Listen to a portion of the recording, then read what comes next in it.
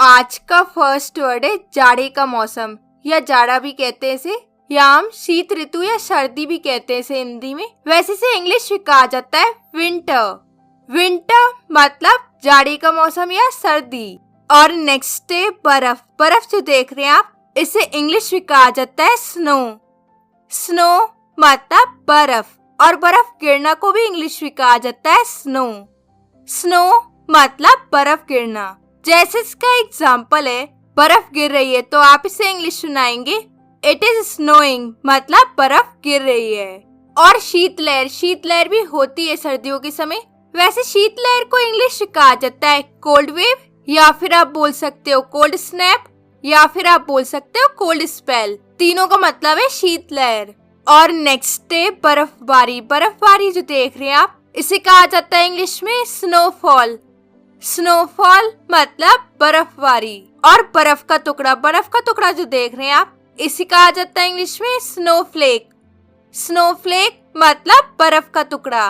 और बर्फ का गोला जो देख रहे हैं आप, जिससे बच्चे खेलते हैं, वैसे बर्फ के गोले को इंग्लिश में कहा जाता है स्नोबॉल। स्नोबॉल मतलब बर्फ का गोला।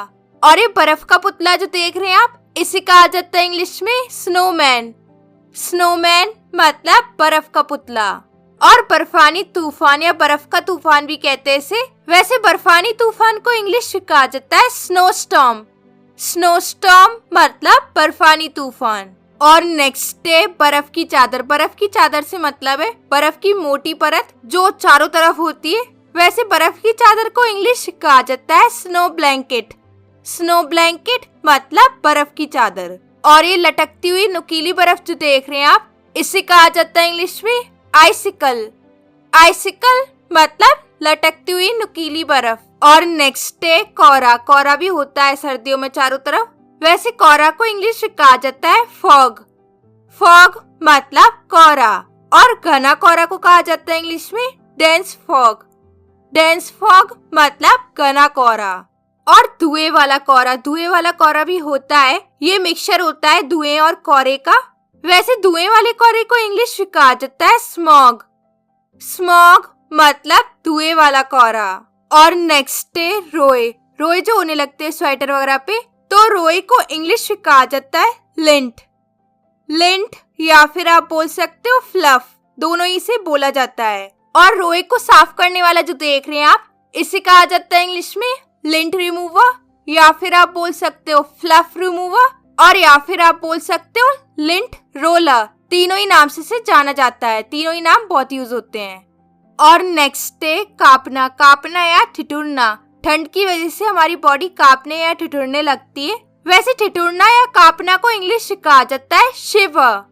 शिवर मतलब कांपना या ठिठुरना। जैसे इसका एग्जाम्पल है, वो ठंड के मारे कांप रही है या ठिठुर रही है, तो आप इसे इंग्लिश सुनाएंगे she is shivering with cold, मतलब वो ठंड के मारे कांप रही है या ठिठुर रही है। और नेक्स्ट है जमना। जमने लगते हैं हमारे हाथ पैर ज्यादा सर्दी पड़ने की वजह से। वैसे जमना को इंग्लिश में कहा जाता है फ्रीज। फ्रीज मतलब जमना। जैसे इसका एग्जाम्पल है, मेरे हाथ जम रहे हैं, तो आप इसे इंग्लिश सुनाएंगे my hands are freezing. My hands are freezing मतलब मेरे हाथ जम रहे हैं। और नेक्स्ट है सुन्न। सुन्न भी होने लगता है हमारे हाथ पैर सर्दी की वजह से। वैसे सुन्न को इंग्लिश में कहा जाता है नम। नम मतलब सुन्न।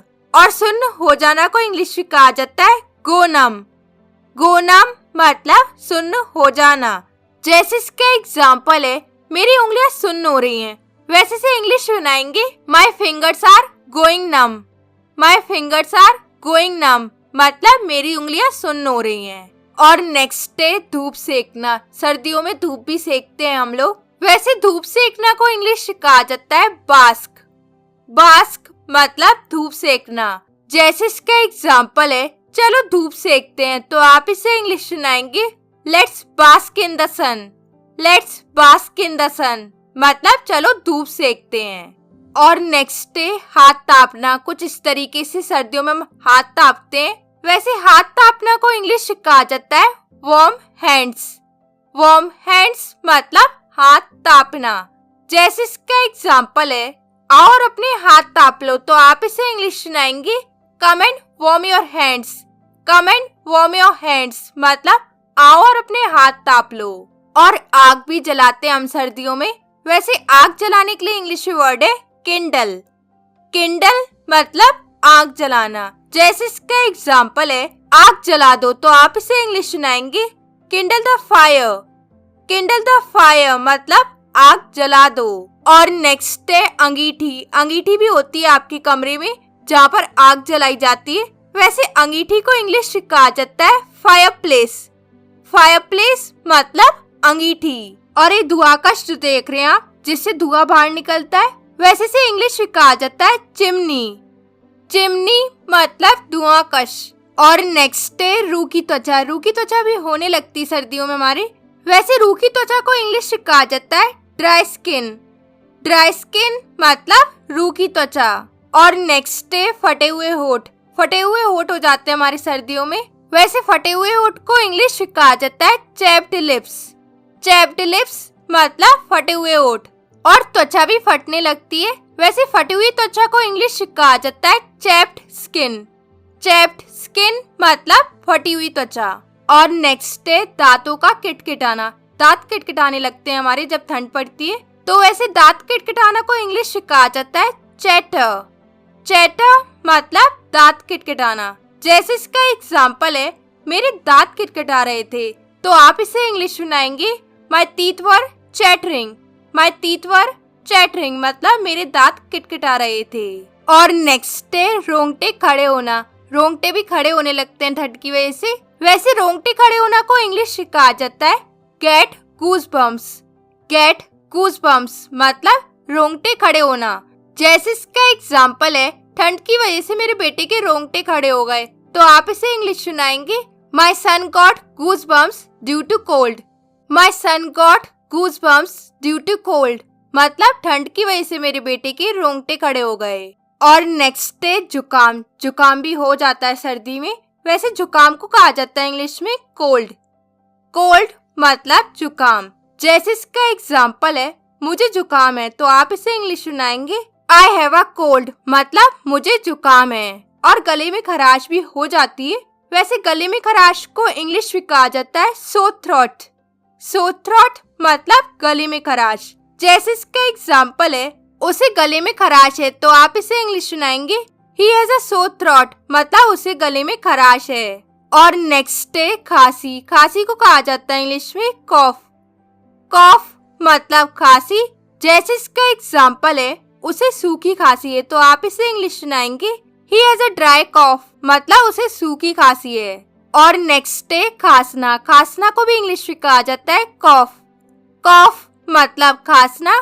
जैसे वो खांस रही थी, तो आप इसे इंग्लिश सुनाएंगे she was coughing. She was coughing मतलब वो खांस रही थी। और नेक्स्ट है चीखना। चीखना को कहा जाता है इंग्लिश में स्नीज। स्नीज मतलब चीखना। जैसे इसका एग्जाम्पल है वो चीख रही थी, तो आप इसे इंग्लिश सुनाएंगे शी वॉज स्नीजिंग मतलब वो चीख रही थी। और नेक्स्ट है सर्दी लगना या होना। वैसे सर्दी लगना को इंग्लिश में कहा जाता है catch a cold. Catch a cold मतलब सर्दी लगना। जैसे इसका एग्जाम्पल है अपनी जैकेट पहन लो वरना तुम्हें सर्दी लग जाएगी, तो आप इसे इंग्लिश सुनाएंगे put on your jacket otherwise you will catch a cold मतलब अपनी जैकेट पहन लो वरना तुम्हें सर्दी लग जाएगी। और नेक्स्ट है मूंगफली। मूंगफली भी हम खाते हैं सर्दियों में, वैसे मूंगफली को कहा जाता है इंग्लिश में पीनट। पीनट या फिर आप बोल सकते हो ग्राउंड नट, दोनों ही से बोला जाता है। और कंबल। कंबल जो देख रहे हैं आप ये ओढ़ते हैं हम सर्दियों में, वैसे कंबल को कहा जाता है इंग्लिश में ब्लैंकेट। ब्लैंकेट मतलब कंबल। And the last one is रजाई। रजाई जो देख रहे हैं आप इसे कहा जाता है इंग्लिश में क्विल्ट। क्विल्ट मतलब रजाई। So that's it for today's video. और ये दोनों आज के क्विज है, कमेंट में इसके आंसर लिख के बताइए। और इस वीडियो में आपने सीखे विंटर से रिलेटेड वर्ड मीनिंग। तो आपको ये वीडियो कैसा लगा मुझे कमेंट में अपना फीडबैक जरूर दीजिएगा। और इस वीडियो को लाइक शेयर करके चैनल को सब्सक्राइब भी कीजिएगा। और मैं मिलती हूँ आपसे एक नेक्स्ट वीडियो में एक नए टॉपिक के साथ। Till then take care, keep practising.